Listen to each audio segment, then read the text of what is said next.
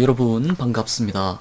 오늘은 해겔의 법철학 제3부 인륜성에 나오는 그의 가족 철학을 여러분과 함께 읽어보고자 합니다. 자, 가족이란 무엇인가? 이 물음에 대한 대답이 바로 해겔의 가족 철학이 되겠죠. 자, 이 물음에 답하기 위해서는 이 세 가지 물음에 답해야 합니다.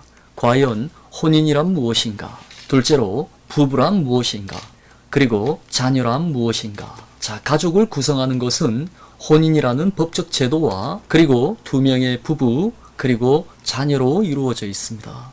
그래서 이 작은 물음들에 대답함으로써 과연 해겔이 말하는 인륜적인 가족이라는 것이 무엇인가 하는 것이 아주 구체적으로 드러날 것입니다. 자, 첫 번째, 해겔에게 있어서 가족이라는 것은 사랑의 공동체입니다. 해겔은 가족을 직접적 실체로서의 정신이라는 아주 어려운 말로 표현하고 있습니다. 해겔은 서로 다른 인간이 하나의 통일을 이루는 이런 기적과 같은 인륜적인 상태를, 그러한 진리를 정신 혹은 실체라는 말로 표현하고 있습니다. 진리, 정신, 실체는 모두 같은 의미를 가지고 있는 것이죠. 자, 그런데 여기서 실체면 실체고 정신이면 정신이지 왜 직접적인 실체고 직접적인 정신이라고 이야기하는 것일까요? 여기서 직접적인 이라는 말은 독일어 운미텔바하르의 번역어입니다. 자, 운미텔바하르에서 미텔이라는 단어는 수단이나 매개를 뜻합니다. 운미텔바하르라고 그랬으니까 여기서는 그러한 수단이나 매개를 거치지 않은, 한마디로 무매개적인 그리고 매개되지 않은 이라는 뜻을 가지고 있습니다. 그렇다면 무슨 매개를 거치지 않았는가? 자, 그것은 해겔에게 있어서 무매개적이라는 말은 의식의 매개를 거치지 않았다는 뜻입니다. 그러니까 직접적인, 무매개적인 이라는 말은 어떤 의식의 매개를 거쳐서 이성적으로 이루어진, 자, 그것과는 반대되는 의미입니다. 한마디로 사유되지 않은, 감정적인, 즉흥적인 이라는 약간은 부정적인 의미로 사용되고 있는 것이죠. 자, 한마디로 가족이라는 것은 서로 다른 개인이 하나의 공동체로 존재하는 것이지만 그 원리는 이성적인 법이 아니라 바로 감정적인 사랑으로 엮어진 인륜적 공동체라는 것입니다. 감정적인 사랑이라는 것은 통일을 이룬다는 점에서는 위대한 원리이지만 또한 깨어지기 쉽다는 점에서는 불완전한 원리입니다. 자, 깨어지기 쉬운 통일, 자, 이러한 사랑의 이중성이 바로 가족을 구성하는 핵심적인 원리라고 이야기합니다. 자, 그리고 해겔은 가족 안에서 모든 사람들은 더 이상 개별자로 존재하는 것이 아니라 공동체의 성원으로 존재한다고 이야기합니다. 한마디로 자신의 개별성을 버려야 하고 이제 모든 개인은 우리로서 그리고 우리를 위해서 존재해야 한다는 것입니다. 하지만 내가 우리를 위해서 나 자신을 헌신하고 희생해도 내가 소외되지 않는 것은 나 아닌 우리도 모두 나를 위해서 존재하기 때문에 우리는 서로가 서로를 위해 존재하는 그런 공동성을 이루고 있다는 것입니다.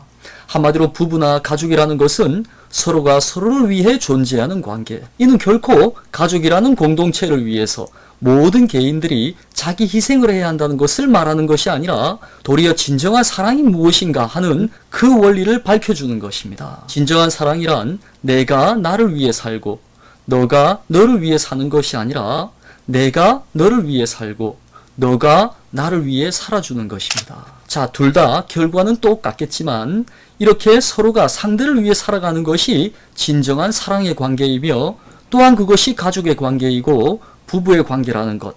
자, 그것이 해겔의 논리입니다. 아름다운 사랑의 원리. 자, 이렇게 사는 곳이 바로 천국이고 또 그렇게 사는 사람이 바로 천사인 것입니다.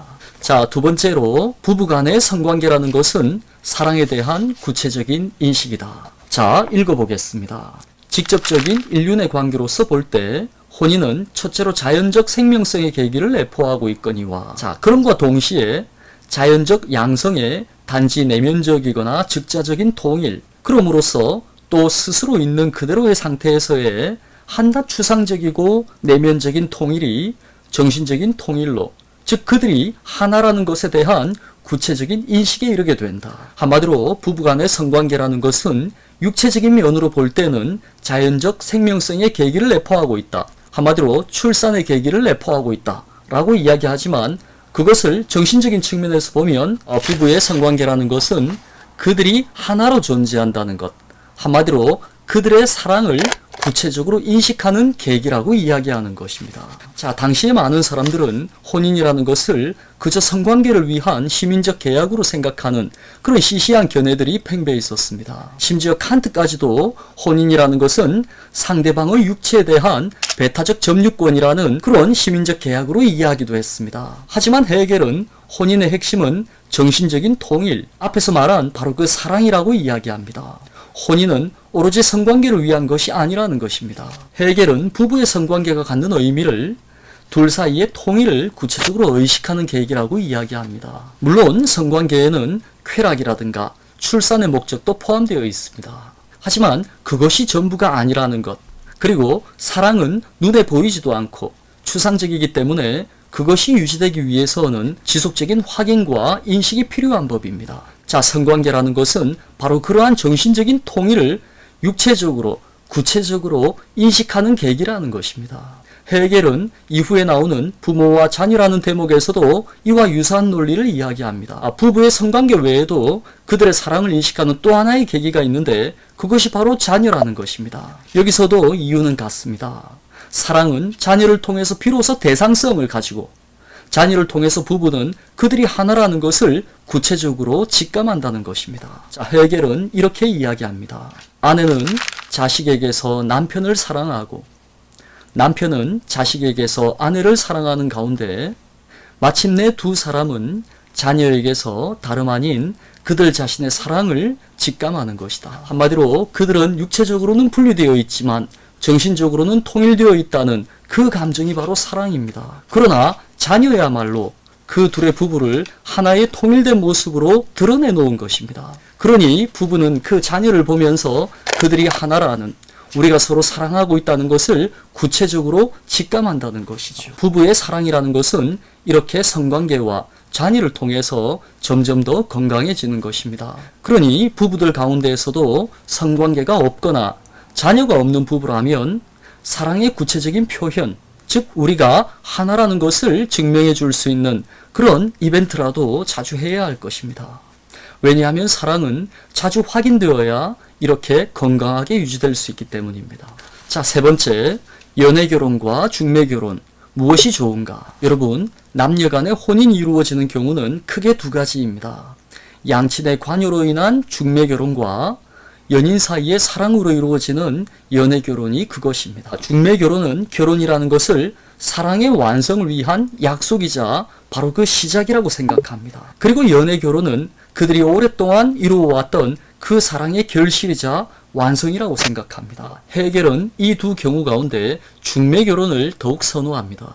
연애라는 것은 즉흥적이고 변덕스러운 그런 얄팍한 감정에 기반하고 있기 때문에 쉽게 깨어질 수도 있지만 중매결혼은 양부모의 이성적인 사례가 깃들어 있어서 그런 감정보다는 좀 더 견고할 수 있다는 것입니다. 하지만 부모님이 중매했다고 해서 자녀들이 무조건 결혼하지는 않습니다. 중매한 사람과 연애하여 서로가 잘 맞으면, 그래서 사랑하면 결혼을 하는 것이죠. 연애결혼이냐 중매결혼이냐, 여기에 대해서 헤겔은 간단하게 대답합니다.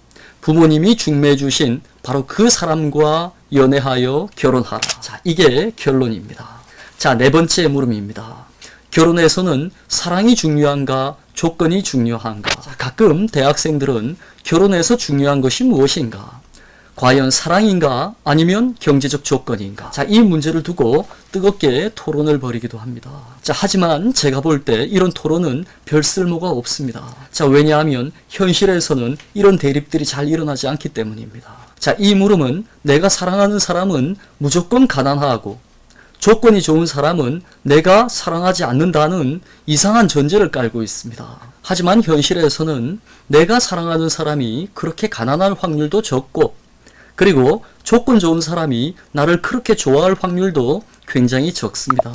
그리고 사람들은 아무리 서로 사랑하여도 조건이 맞지 않으면 결혼하지 않고, 또 아무리 조건이 잘 맞아도 서로 사랑하지 않으면 결혼하지 않습니다.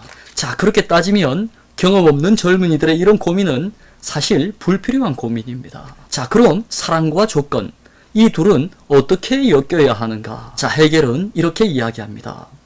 혼인을 위한 최고의 덕목은 바로 사랑이다. 하지만 그 사랑을 지켜가기 위해서는 재산이 필요하다. 그러니 적당히 재산이 있는 사람과 사랑하여 결혼하라. 자, 깔끔하고 단정한 대답입니다.